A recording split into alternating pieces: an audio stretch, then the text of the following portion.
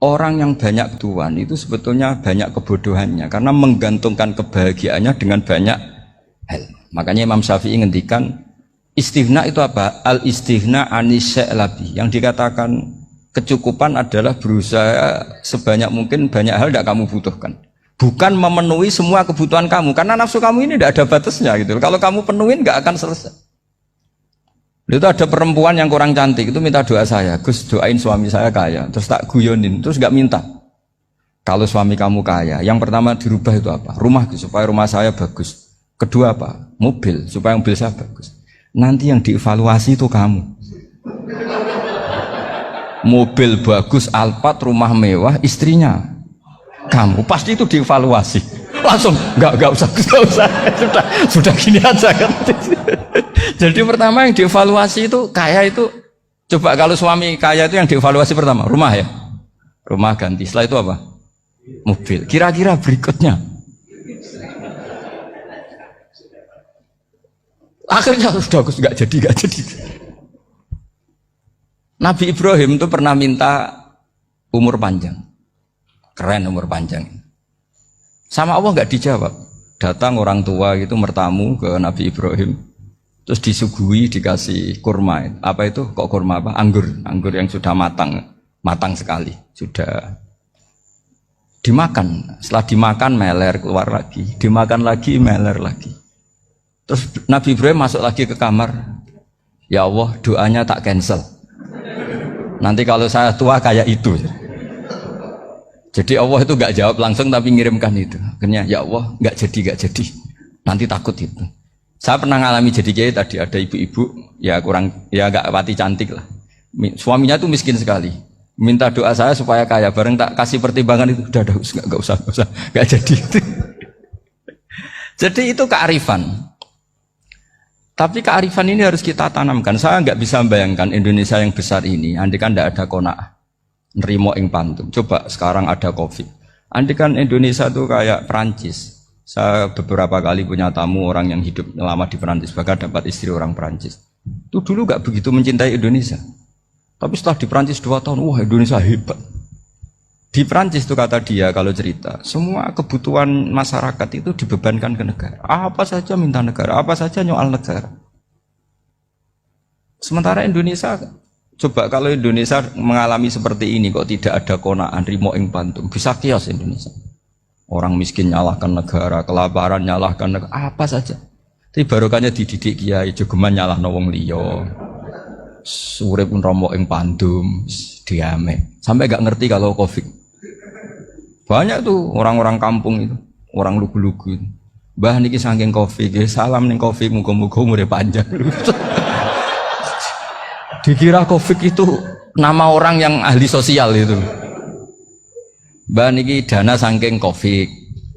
Matur nuwun sampekno salamku muga-muga umur panjang. Bingung kan yang nganterin ini. Ini gimana yang mau menjelaskan? Memang enggak paham.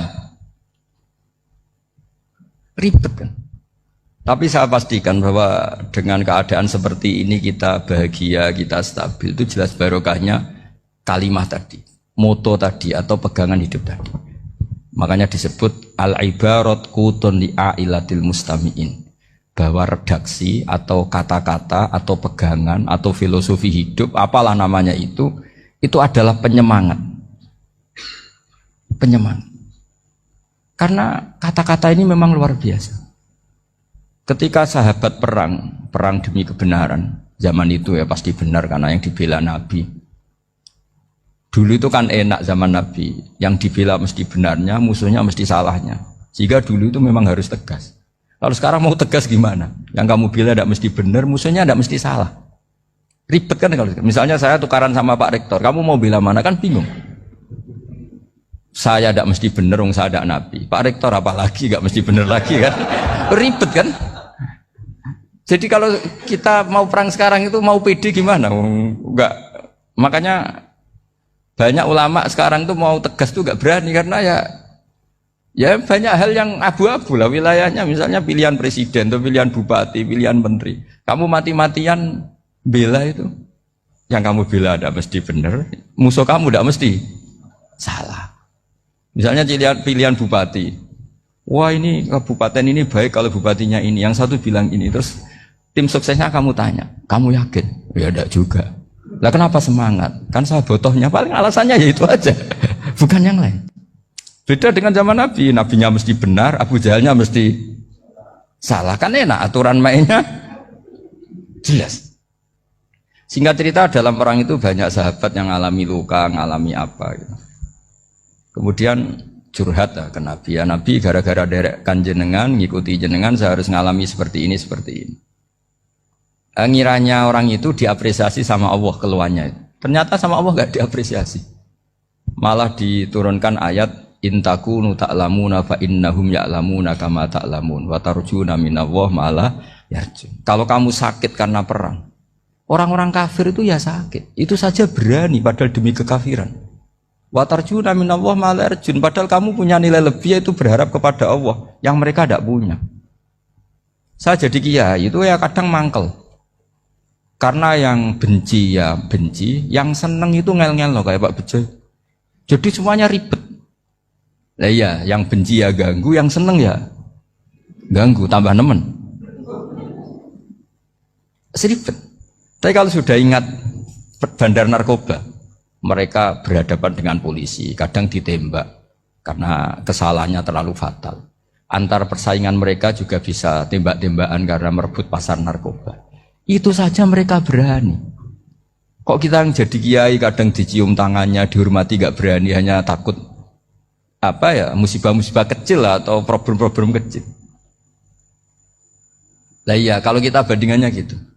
Kalau kamu mau tahajud kedinginan, itu masih nanti dihisab Allah itu gitu. Maling ayam itu keluar malam-malam, hanya dapat ayam. Itu gak takut dingin. Ya gak takut digebuki masa. Kamu mau tahajud aja takut dingin. Makanya nanti hisabnya orang soleh itu nanti dijajarkan orang dolim, terus diperbandingkan. Wah itu habis kamu kalau itu. Jadi misalnya Unisola mau rapat, tapi ini malam, kalau malam dingin nanti sama masuk angin. Wah anak-anak pang di perapatan aja berani kamu. Kalau sudah perbandingannya gitu tuh ribet kita nanti. Makanya itu kalimat itu moto atau filosofi hidup. Sehingga diulang lagi nasihat itu. Iyam saskum korhun faqad masal qoma korhum mislu. Kalau kamu kena luka, orang-orang yang nggak benar juga akan kena luka. Itu aja berani demi ketidakbenaran. Masa kamu demi kebenaran ndak berani?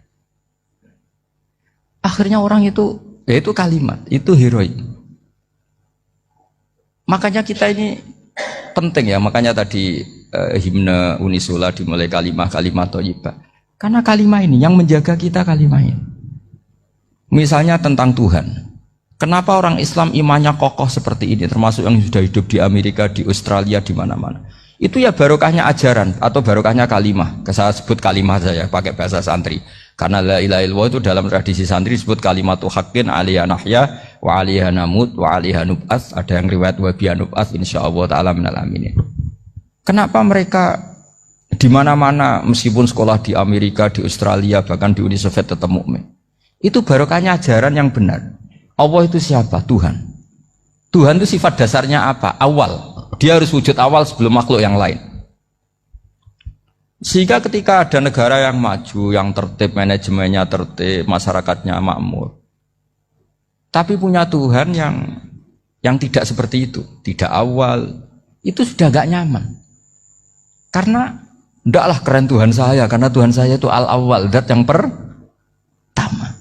Tuhan saya keren lah, zat yang nggak mati, Tuhan yang nggak mati, yang nggak pernah mengalami kematian. Sehingga tontonan atau yang dilihat kenikmatan-kenikmatan yang lain ini tidak mengubah dia pendirian tentang Tuhan, karena mantapnya satu kalimat tadi bahwa Tuhan itu ya harus satu, harus awal, harus tidak mati, tidak rusak, tidak mengalami apa-apa yang membahayakan. Sehingga ketika ditawarin Tuhan yang lain, meskipun menjanjikan secara finansial atau kemakmuran, mereka gak tertarik. Itu coba, itu barokahnya makmur apa barokahnya ajaran? Barokahnya ajaran. Sering negara Islam itu kalah makmur dengan mereka, tapi barokahnya ajaran ini tetap apa? Tetap Islam. Makanya Nabi Ibrahim, Nabi yang sukses bikin wa ja'alaha kalimatam baqiyatan fi aqibi. Sehingga kita ini bekti sama orang tua misalnya, Itu ya karena ajaran. Suwargamu itu karek wong tuamu. Nak wong tuamu ridho, Allah ridho. Nak ora ridho, Allah ora ridho. Ridho wa fi ridhol walidain wa sakhatu wa sukhtu wa fi sakhatil. Sehingga ketika ada orang tua yang agak brengsek gitu, anak-anak tetap hormat. Punya orang tua yang miskin, yang sudah miskin, tukang tombok nomor, banyak kan di kampung gitu. Ya tetap hormat. Coba kalau dari awal kita ngajari orang tua kamu hormati ya, kalau baik, kalau tidak usah. Bisa geger Indonesia. Tapi barokahnya ajaran-ajaran itu Indonesia tertib karena ada ajaran. Nah ini di sini ini pesantren dan Unisula semua harus berkontribusi membuat ajaran yang benar itu adalah ciri utama Islam. Sehingga Islam ini dimulai dengan ajaran kalimatu haqqin alaiha nahya wa alaiha namut. Sehingga kita tenang seperti ini. Saya ini termasuk kiai yang tenang. Meskipun kata orang banyak saya ini kiai besar, tapi termasuk kiai yang paling tenang. Termasuk yang paling tenang. Karena saya ini pakai mazhab orang-orang hebat. Saya berkali-kali cerita, orang kayak Imam Syafi'i itu orang yang luar biasa. Saya berkali-kali cerita, orang yang tadi nyium tangan kamu ya Imam Syafi'i, di belakang tuh ngerasani kamu, menghujat kamu. Jawabannya enak saja. Berarti saya alhamdulillah orang yang wibawa. Buktinya di depan saya nggak berani. Jadi enteng saja. Diceritain sebagian kampung, sebagian separuh dari warga kamu itu nggak suka kamu. Ya bagus lah nggak suka saya, nggak akan utang duit saya. Di mana-mana orang utang itu karena teman dekat. Kalau nggak seneng pasti minimal nggak utang, nggak pinjam mobil, nggak pinjam apa. Berkah mana yang seneng sama yang gede? Jadi dianggap enteng saja. Semua yang dialamin dianggap enteng saja. Misalnya punya istri pemarah, ya baguslah marahin suami. Kalau marahin tonggo malah ribet. Jadi kamu harus terima kasih kalau dimarahin istri. Baguslah marahin saya mah, kalau marahin tonggo ribet. Jadi enteng saja. Tapi kita sekarang tuh karena nafsu ya, sehingga menghadapi hidup ini ribet. Ulama dulu kalau mau mati itu senengnya bukan main. Sudah lama saya ini ingin gak maksiat. Kayaknya gak maksiat paling efektif itu mati. Ya tidak apa-apa Gusti, kalau sebaiknya mati ya mati aja. Enteng saja. Jadi melihat kematian itu akhir dari segala keburukan atau potensi keburukan. Apapun baik kita sekarang, suatu saat mungkin kita nggak baik. Yang bisa menghentikan ketidakbaikan atau potensi ketidakbaikan itu apa coba? Mati kan? Berarti mati itu mengerikan apa menyenangkan? Mesti kamu tidak berani menjawab. Meskipun secara ilmu kamu berani, tapi secara rasa nggak berani kan? Saya ulang lagi ya, yang bisa menghentikan keburukan atau potensi keburukan itu apa coba? Apa? Kematian. Berarti kematian itu menyenangkan atau menyusahkan? Apapun kamu tidak berani jawab karena kamu agak-agak duniawi itu kelihatannya. Tapi secara ilmu, kamu tahu kan kalau mati itu tidak buruk-buruk banget. Karena apa? Itu akhir dari segala keburukan. Sehingga Nabi ngajarkan kalimat itu begitu luar biasa. Allahumma ahyini maka natil hayatu khairan li wa tawaffani maka natil wafatu khairan li. Nabi melihat dunia itu begitu indah. Ya Allah, kalau saya ini hidup, anggap saja hidup ini ziyadatan li fi kulli khairin, menjadi modal saya menambah segala kebaikan. Jika suatu saat saya mati, anggap mawon rohatan li min kulli syarrin, itu akhir dari segala keburukan saya. Sehingga mati hidup ya baik karena di situ kita bisa berkontribusi beramal soleh. Mati juga baik karena mengakhiri segala keburukan. Nabi nate ngendikan lagi, ajaban li amril mu'mini inna amrahu kullahu khair. Orang mukmin itu mengagumkan, semuanya baik. In asobathu na'ma syakara fakana khairan lah. Kalau baru dapat nikmat dia syukur, maka itu baik. Wa in asobatu dharra sabara, kalau dapat masalah mereka sabar, itu juga baik. Sehingga orang mukmin dua sisinya pasti baik. Itu juga kalimat, maksudnya moto atau pegangan hidup. Nah berikut ini saya beri contoh, ini kenangan saya, ini contoh terakhir. Masalah jadi orang terkenal maupun tidak. Di sini dicontohkan Imam Ghazali di halaman 367 di kitab saya 367. Juznya 3 di kitab Ihya Ulumuddin. Di sini beliau cerita betapa untuk menjaga ikhlas sebaiknya orang itu tidak terkenal, tidak syuhrah, tidak terkenal. Oke, itu kita sepakat ya, karena kalau terkenal mungkin orang dipaksa publik dengan tanda kutip untuk selalu berbuat baik, tapi karena jaim lah, jaga image atau apa. Tapi ketika dibalik pertanyaannya, kamu rela yang terkenal itu orang nggak benar, sementara yang orang benar itu nggak terkenal. Lalu masyarakat taunya yang tidak benar. Kalau pertanyaannya dibalik gitu, orang baik wajib terkenal enggak? Kalau pertanyaannya dibalik seperti itu. Dokter yang benar tidak terkenal, yang malpraktek terkenal. Kamu ingin kondisi seperti itu? Gak ingin kan? Kampus yang bagus gak terkenal, kampus yang bagus gak terkenal, yang gak bagus.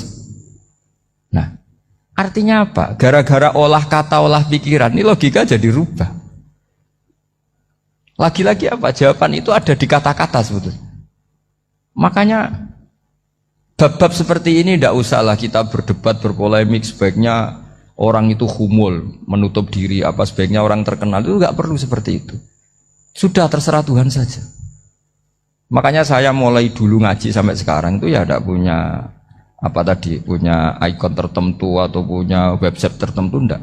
Sudah terserah pangeran. Sudah, saya juga tidak sok suci materialistik atau enggak, ya tidak mikir saya.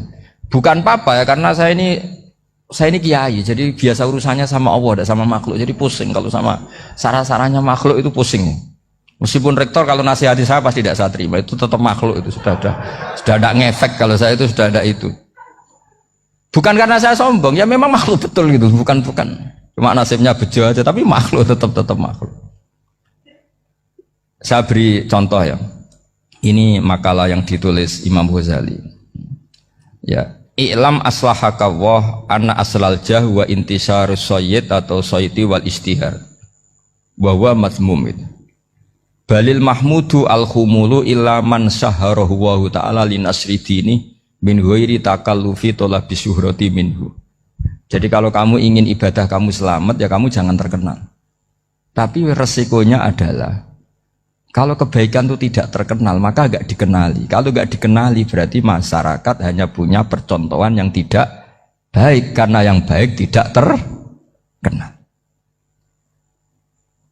Jadi itulah ulama-ulama dulu. Jadi apa-apa itu dibanding-bandingkan. Kemudian nanti kelihatan, jawabannya itu kelihatan. Jadi ulama dulu itu biasa ngarang misalnya afatun nikah, sisi negatifnya nikah. Harus ngurmat istri, harus macam-macam, kalau terlantar itu ya dosa. Seperti tadi Pak Marsudi cerita, kalau orang ngapalkan Quran itu takut lupa, kalau lupa itu jadi dosa.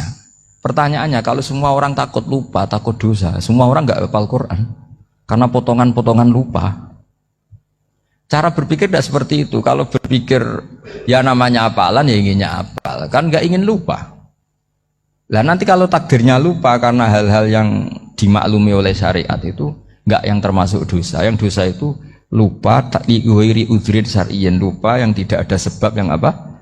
Syar'i. Tapi lupa bawaan EQ-nya tidak bagus. Lupa bawaan sering dibentak. Oh itu enggak masalah karena bawaannya orang tertekan itu ya lupa. Coba kamu hafal Quran, terus punya kredit jatuh tempo, pas hari itu aku yakin enggak cerdas sudah. Itu bawaannya orang tertekan itu pasti lupa. Jadi ya saya teruskan ya. Jadi terus ada makalah yang sangat bagus sekali tentang itu. Saya baca ya. Wa yadullu ala dzalika anna Allah azza wa jalla amaral anbiya'a bi idharil amali lil iktida wa khassahum bi mansibin nubuwah. Wala yajuzu ayyudhanna bihim annahum khurrimu afdolal amalen. Jadi orang yang terlalu mendewa-dewakan khumul itu menutup diri. Oke, itu baik, karena dengan khumul, dengan menutup diri Anda tidak riya, Anda tidak pamer. Tapi kata Imam Ghazali, kamu juga harus ingat, di antara syaratnya Nabi itu harus mengumumkan kalau beliau itu seorang Nabi. Harus memaklumatkan kalau beliau seorang Nabi supaya bisa diikuti. Caranya sholat harus diumumkan, sehingga Nabi itu mengatakan harus jamaah. Karena dengan cara jamaah itu bisa shollu kama ra'aitumuni usolli. Coba kalau Nabi sholatnya nggak diperlihatkan, kamu harus sholat yang benar. Caranya gimana ya Rasulullah? Itu rahasia. Bingung nggak kira-kira? Bingung nggak? Ya misalnya amal rahasia selalu lebih baik. Terus ada pertanyaan, Nabi ngendikan kamu sholat yang benar. Caranya gimana Nabi? Ya itu rahasia. Terus gimana coba? Tapi Nabi ngendikan apa? Shollu kama ra'aitumuni usolli. Ya sudah kamu sholat, niru saya sholat. Berarti Nabi sholatnya diperlihatkan apa disembunyikan? Diperlihatkan. Jadi begitu juga saya berkali-kali bilang, orang tahu kalau itu bidan ya berdasar tulisan itu bidan. Tahu kalau itu dokter gigi ya itu dokter gigi. Jangan sampai gara-gara tidak ada tulisan mau beli alat bangunan di dokter gigi, mau periksa gigi di toko bangunan. Gara-gara apa? Nggak ada maklumat. Nah, di sini ulama-ulama selalu memaklumatkan dirinya. Termasuk Imam Ghazali ketika ngarang kitab dinamai Ihya Ulumuddin, bahwa kitab ini bisa menghidupkan ilmu-ilmu agama yang mulai hilang. Begitu seterusnya. Jadi ini ngaji ya, jadi orang itu harus ngerti ya, jadi jangan nuruti emosi sendiri atau logika sendiri bahwa saya suka humul, ya monggo, agama Islam menyediakan sarana itu. Uzlah itu ya punya sisi kebaikannya sendiri. Tapi syuhrah terkenal asal tidak nuruti nafsu juga punya sisi kebaikannya sendiri. Setidaknya umat ini punya satu master kebaikan yang mudah diakses. Tapi tadi saya ulang lagi, jangan karena hadun nafsi, jangan karena kepentingan pribadi. Makanya di sini disebutkan wa yadullu ala dzalika ay ala syuhrah anna wa ta'ala amarul anbiya bi idzharil amal lil iktida. Allah selalu memerintahkan para nabi kalau ngamal kebaikan ya harus dimunculkan supaya bisa ditiru. Yaitu tadi kita tidak bisa bayangkan kan kalau misalnya Nabi menyuruh kamu harus sholat yang benar, kemudian sholatnya Nabi sembunyi. Lalu ditanya, Nabi saya niru siapa? Wah itu rahasia, kamu nggak boleh lihat sholat saya, saat takut tidak ikhlas. Ribet kan? Sehingga jamaah itu statusnya tetap harus. Nah bedanya harus ini ulama berpendapat harus yang apa? Fardu kifayah. Tapi fardu itu maknanya harus. Tapi bukan berarti kalau nggak jamaah sholatnya nggak sah, nggak. Tetap tapi statusnya jamaah tetap apa? Harus. Nah barokahnya harus ini orang yang baru sholat, sholatnya langsung benar karena ada yang diikutin. Coba kalau mantan dukun baru sholat terus sholat sendiri, itu mesti mirip mantra ya. Karena dia tidak ada master percontohannya. Tapi barokahnya ada master, orang paling bodoh pun kalau sholat ya benar, karena standar ada komandonya, ada imamnya. Sehingga Imam Ahmad malah berpikir keras, syarat sahnya sholat itu harus jamaah. Cara pikirannya Imam Ahmad, keras sekali beliau. Sehingga kalau orang sholat sendiri kok ada orang lain yang maunya berjamaah harus bayar, orang itu harus bayar demi sahnya sholat. Itu madzhabnya Imam Ahmad. Tapi kalau madzhab Syafi'i hanya mengatakan itu fardu kifayah, yang kalau satu komunitas gak mau melakukan semuanya apa? Dosa. Ya jadi ini